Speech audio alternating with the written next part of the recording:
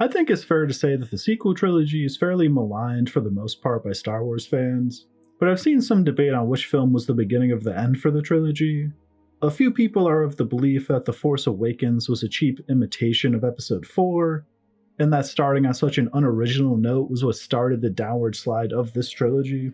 While many think that The Last Jedi answered so many of the questions that The Force Awakens opened, absolutely atrociously, and effectively killed the sequel trilogy with how bold it was and the odd directions it took. Now, I think both of these lines of thought have some merit to them, but I actually think that The Rise of Skywalker is easily the worst of the trilogy. You see, The Last Jedi went in really odd directions post-Force Awakens, but it doesn't mean that you have to ignore the film. And this is essentially what The Rise of Skywalker does. The first half of the film is essentially what J.J. Abrams' Episode 8 would have been, capped off with the reveal that Rey is Palpatine's granddaughter. And then the second half of the film is his actual Episode 9. So in a sense, JJ is attempting to fit two films into one, and the quality of the film pays for this.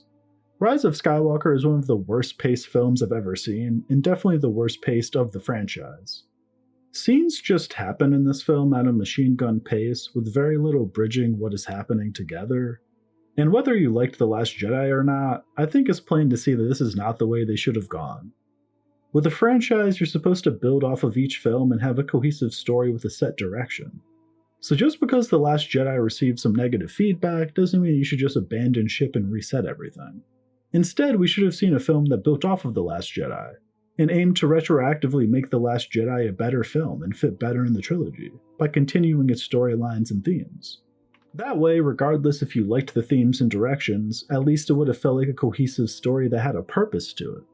For as many issues as the prequels have, at least everything for the most part does build to Anakin's fall to the dark side, and that is the point of the trilogy. There's also another glaring issue with The Rise of Skywalker, and that is the return of the Emperor. Come on, man. This wasn't hinted at all or set up in any way in the previous two films. Simply sticking a cloning jar with a few floating Snokes in the background is not enough of an explanation here. This also led to the worst opening crawl in all of Star Wars. I mean, the Dead Speak is a laughable open, and The Rise of Skywalker is an absolute terrible title for a film. But besides not being set up or making any sense, this really does not work from a storytelling perspective. Kylo Ren, arguably the best character the sequel trilogy has to offer, was set up to be the leader of the First Order and the main villain by the end of The Last Jedi. Rather than introducing Palpatine to be the big bad, we should have gotten to see Kylo in the lead here. This would have set the sequels apart from the original trilogy, as we could have seen the main villain group led by someone who isn't calm and collected, but rather a hothead who loses his temper frequently. This just works on so many levels, as having a leader who makes emotional decisions gives the Resistance a chance in the conflict, as they could work to exploit Kylo's weaknesses to their benefit, much like Luke did at the end of The Last Jedi. Kylo's constant struggle between the light and dark side could also play a factor here, as you could have a situation where rather than defeating the First Order, the final resolution is reforming the First Order into something that has the stability of the Empire, but the intentions of the New Republic, which would be in line with what they seemingly wanted to do with Rey by giving her a yellow lightsaber, which typically denotes that one is a gray Jedi. But essentially, in my mind, we should have seen Rey and Kylo meet in the middle and establish a gray Jedi Order, one that used the light and the dark side equally, and created an order that had the benefits of both sides.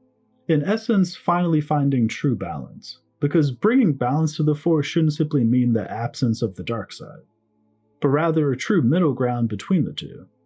If you're going to make films post-Return of the Jedi where it seemed like things were pretty balanced, I feel like this is the direction to go, because otherwise, why wasn't Vader sacrificed the end of things? This kind of meeting in the middle of sorts was also teased by The Last Jedi, as Kylo and Rey have a connection through the Force and Kylo wants her to join him in Episode 8. So the groundwork was there to lead to something like this, but instead I guess Palpatine is just responsible for their Force connection? I don't know, that seems to be this film's answer to everything. Oh, we have a plot hole or unanswered question? Palpatine was behind it. And this is just lazy storytelling at its finest. Now, I do think an argument could be made that if you erase The Last Jedi from history and give J.J. Abrams full reins of the whole trilogy, it could have worked out much better as well. This would essentially take Rise of Skywalker, split into two parts, and give it more time to set up everything. And make these things that just randomly happen have more meaning and actually make sense. Now, I still think I would have a general issue with the Emperor being brought back, but maybe JJ wouldn't have gone that route if Rian Johnson didn't kill Snoke off. At the end of the day, I, like many other fans, just wanted a trilogy that told a cohesive story that had a clear endpoint and purpose, and these three films just don't mesh very well together. But I actually feel like The Rise of Skywalker is the worst fit of the three movies. All in all, as an avid Star Wars fan, I left the theater after having watched The Rise of Skywalker feeling absolutely nothing. I wasn't particularly emotionally engaged, I wasn't enraged at how bad it was, I just didn't really care about the trilogy anymore. And regardless of any criticisms you have of The Force Awakens or The Last Jedi, many of them valid, I'm sure, I left the theater after Force Awakens extremely excited for what would come next and interested in the directions they could go. And I left the theater after Last Jedi wanting to see the movie again so I could really narrow down how I felt about its key moments. So for me, personally, Rise of Skywalker is easily the worst of the sequel trilogy. If you enjoyed this analysis of The Rise of Skywalker and you're interested in further explorations of screen stories, please feel free to drop a like and subscribe. And if you feel like I missed anything or you disagree with my take, I'd love to hear your thoughts in the comments.